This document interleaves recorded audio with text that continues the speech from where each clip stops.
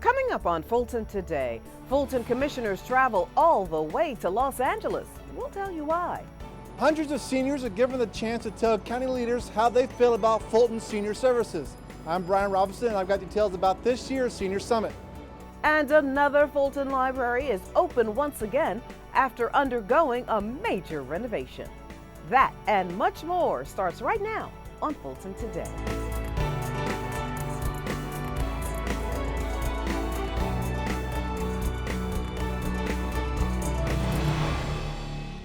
Welcome to Fulton Today, everybody. I'm Shania Chavis-Rucker. One of the county's fastest growing demographics gives Fulton leaders an earful about how they feel about the level of services offered to seniors. And while some say there's some room for improvement, others say they are grateful for what they believe are life-saving programs.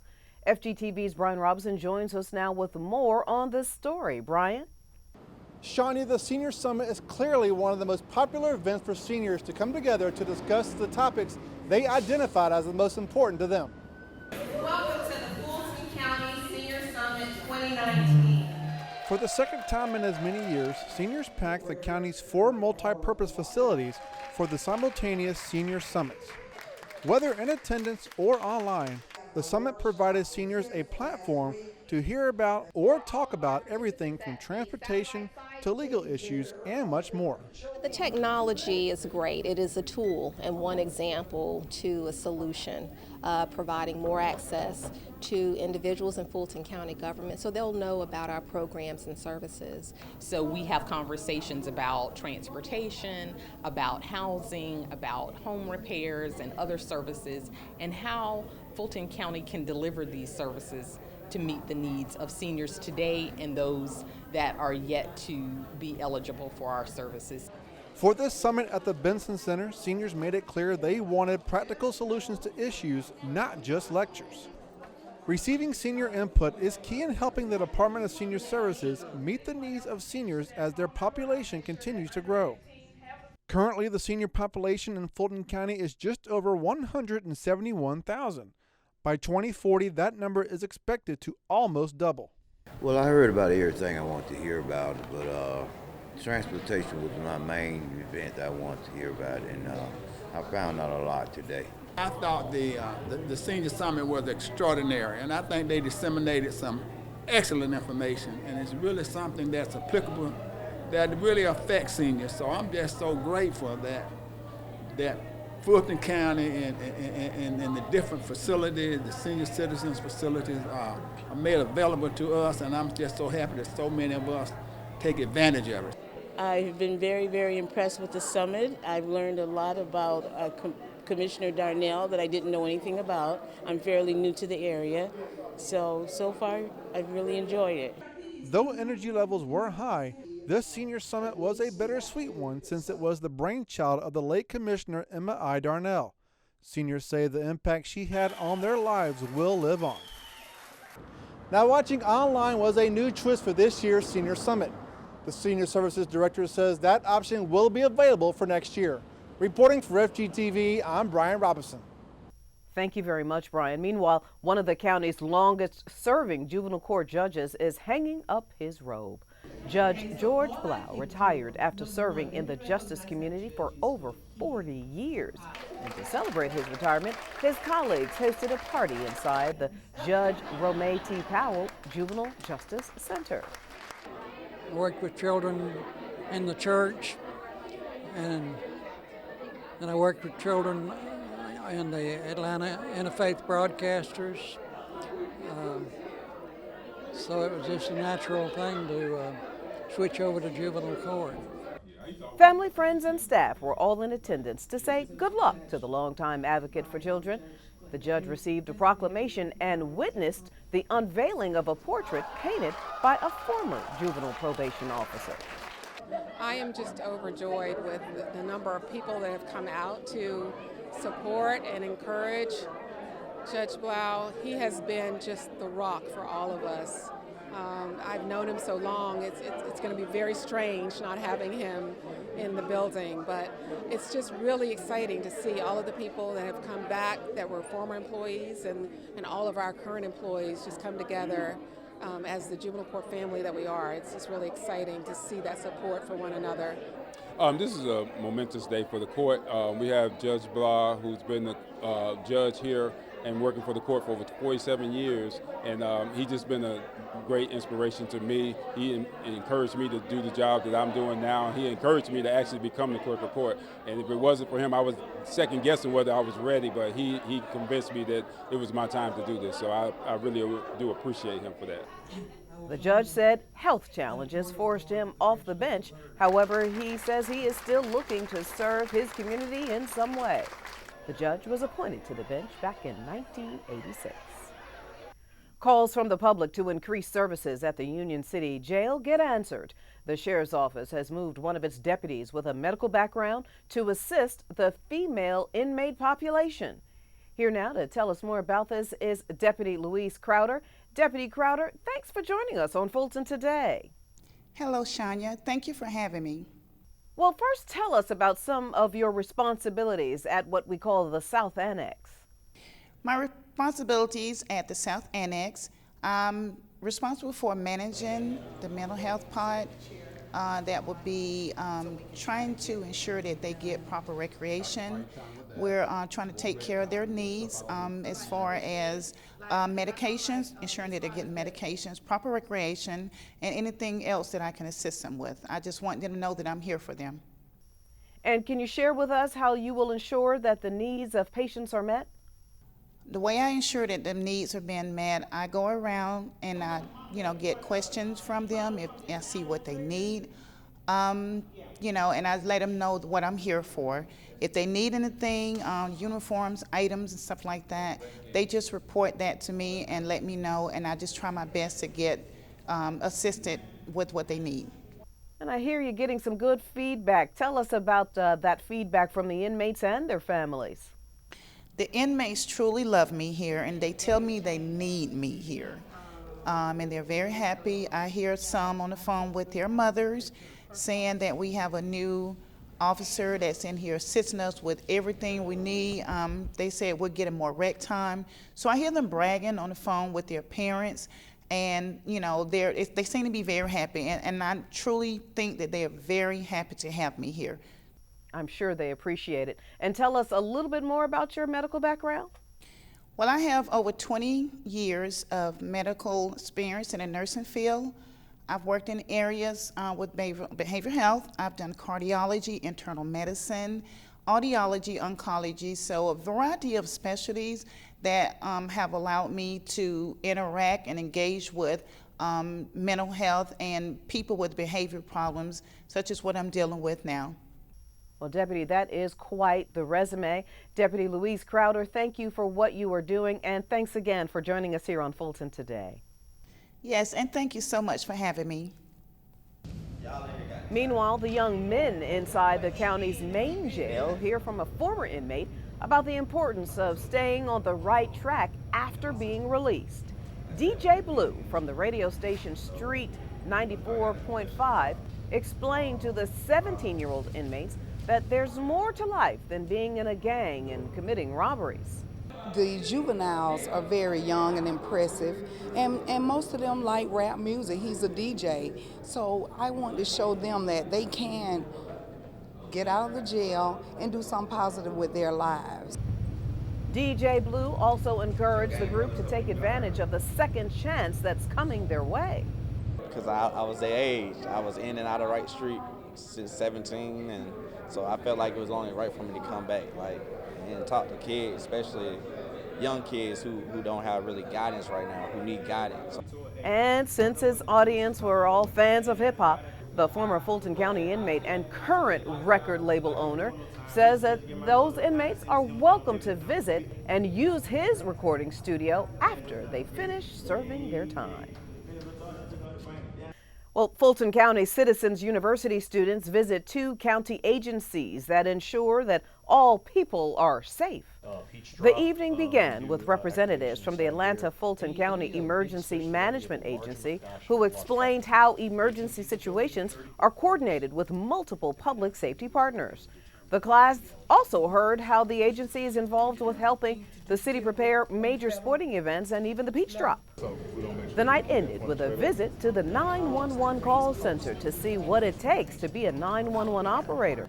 Very informative. It had a tremendous amount of new information that I became aware of pertaining to the emergency services that are provided to those who reside in Fulton County. So today we actually learned a lot about emergency services, from the command center all the way to 911.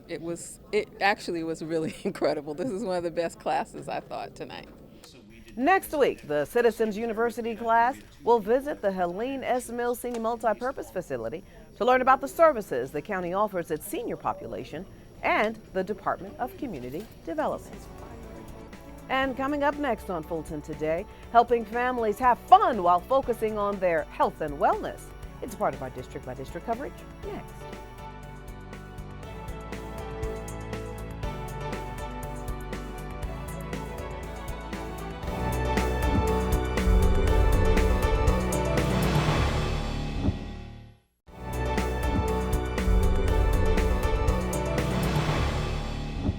A number of Fulton County commissioners travel across the country to assess how to best maximize the creative industries in the county, while another encourages seniors to focus on wellness in this stage of life.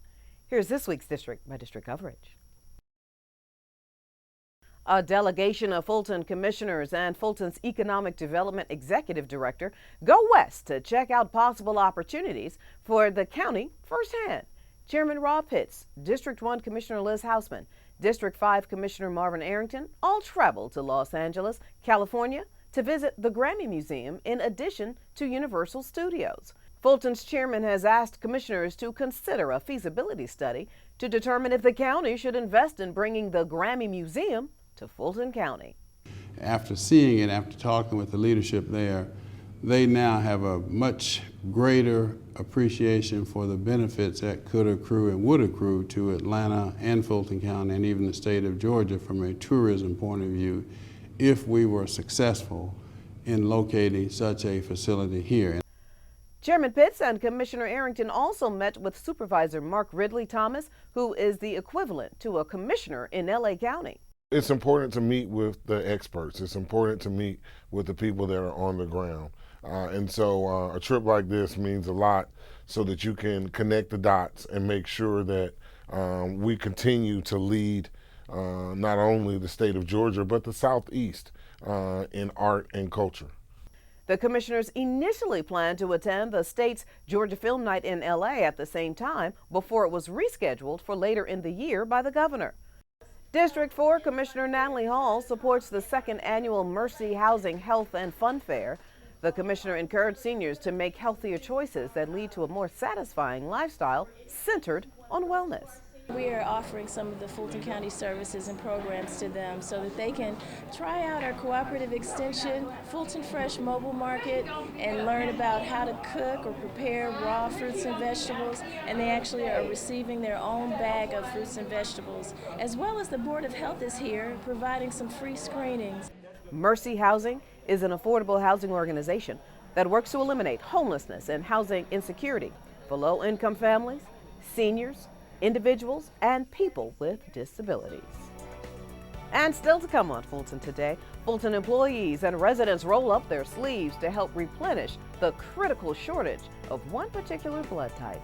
We've got that story for you coming up next.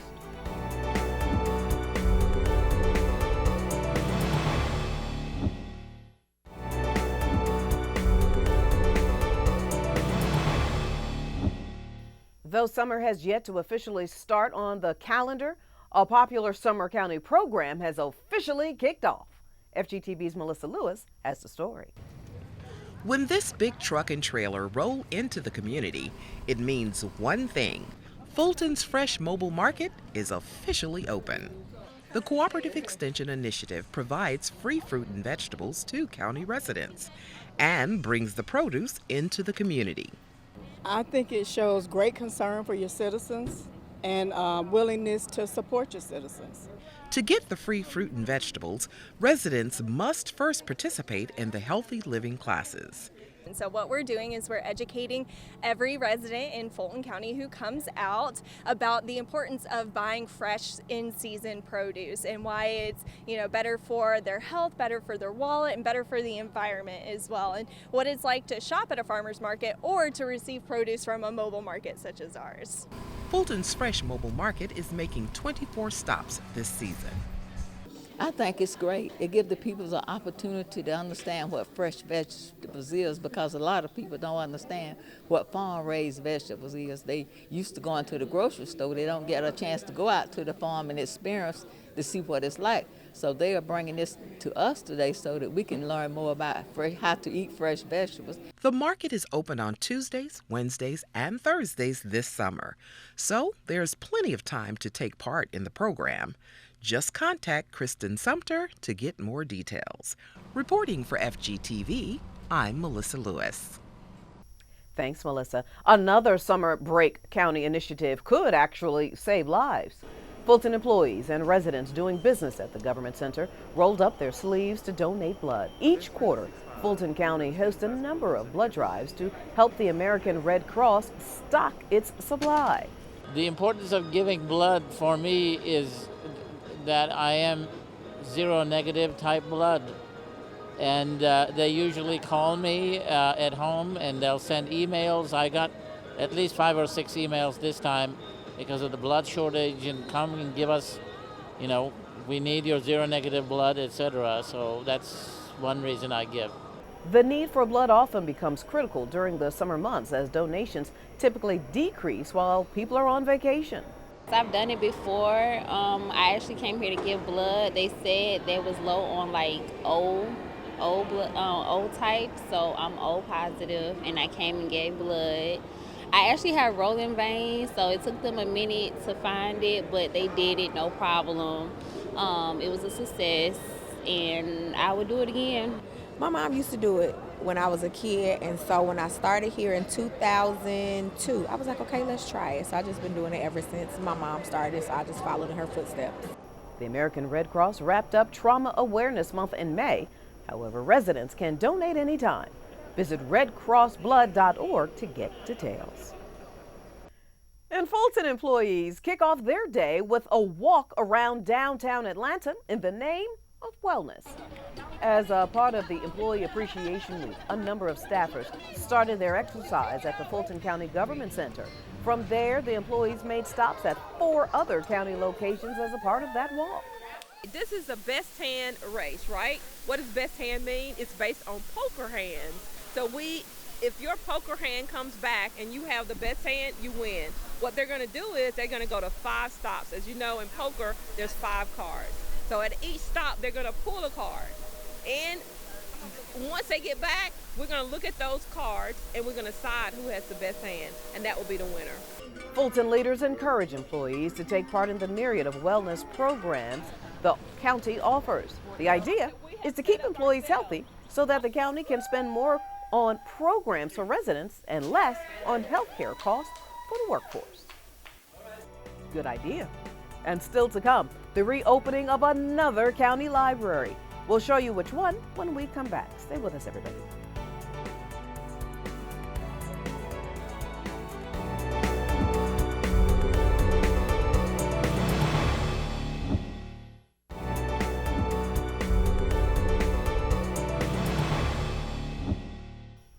Members of Fulton's Public Works team turn an annual celebration into works of art after kicking off Public Works Week by painting raised manholes. Staffers hosted an exhibit competition inside the government center. Now, the manholes were painted to raise awareness about water quality issues, and the exhibit highlighted the different departments of Public Works. Our department has about 250 employees, and we all really take pride in taking care to make sure that these events that we put on and educational opportunities, as well as just the everyday operations, are up and running for citizens of Fulton County. And yes, once again, bragging rights were on the line during the annual equipment rodeo. Teams competed in various challenges, including parallel parking, some major machinery. Participants say they appreciated the opportunity to show off their skills. I've been driving for over 10 years doing this. And, so it's just kind of fun to be able to come out here and show what you can do. It brings us all closer together because other than something like this, the only time we see all of our other counterparts is when we have to go downtown for disciplinary action or something like that. This gives us a chance to build our teams and enjoy some time together. What's great about this is, of course, they do this day to day, and they do it with a great deal of attention to safety and the public in general. Today they can kind of let their hair down and really show the skills that they have in maneuvering all this equipment. It's phenomenal. Now, this year's Public Works Week theme was "It Starts Here," which showcases public works professionals as everyday heroes. And that they are. And finally, the East Point Library reopens its doors to the public. A ribbon-cutting ceremony to highlight the grand occasion began the festivities. Then, dignitaries, employees, and patrons were given a tour of the newly renovated facility. Well, this is going to be a great asset, continue to be a great asset for the community. Library's been here for at least 21 years, and it gets a lot of great use from the community. So from voting to after school to Saturdays to the classes. So the community is very excited about this grand reopening of the East Point Library. Improvements to the East Point Library include a new roof, upgraded HVAC equipment, new lighting, new fire protection system, new ceilings, and ADA accessibility, just to name a few. It means more education for our children, a quieter time for the elderly, a place where I can spend my time first, my business, and it means growth for the whole community, especially elderly. This library means a lot to me. You can read books, you can check it out. It can help a lot with literacy. There could be like programs going here like tutoring, and it gives you a place to relax sometimes too. And just like the Fairburn Library, Fulton's Arts and Culture Department installed public art throughout to show support for the arts in every county facility. The East Point Library is a fantastic place. This community's always supported the library, and truly this library is the epicenter of the community. Closed since late summer last year, the East Point Library is the second library in Phase 2 of the library building program to reopen. And just in time for the summer. And before we go, our reminder that FGTV wants to connect with you online. Be sure to follow FGTV on Facebook, Twitter, and Instagram for up-to-date Fulton County news. You can also watch a replay of this show and any other FGTV program anytime on our YouTube channel, so please subscribe. Well, that does it for this edition of Fulton Today. I'm Shania Chavis Rucker. Thank you so much for watching. Join us each week for news around and about Fulton County.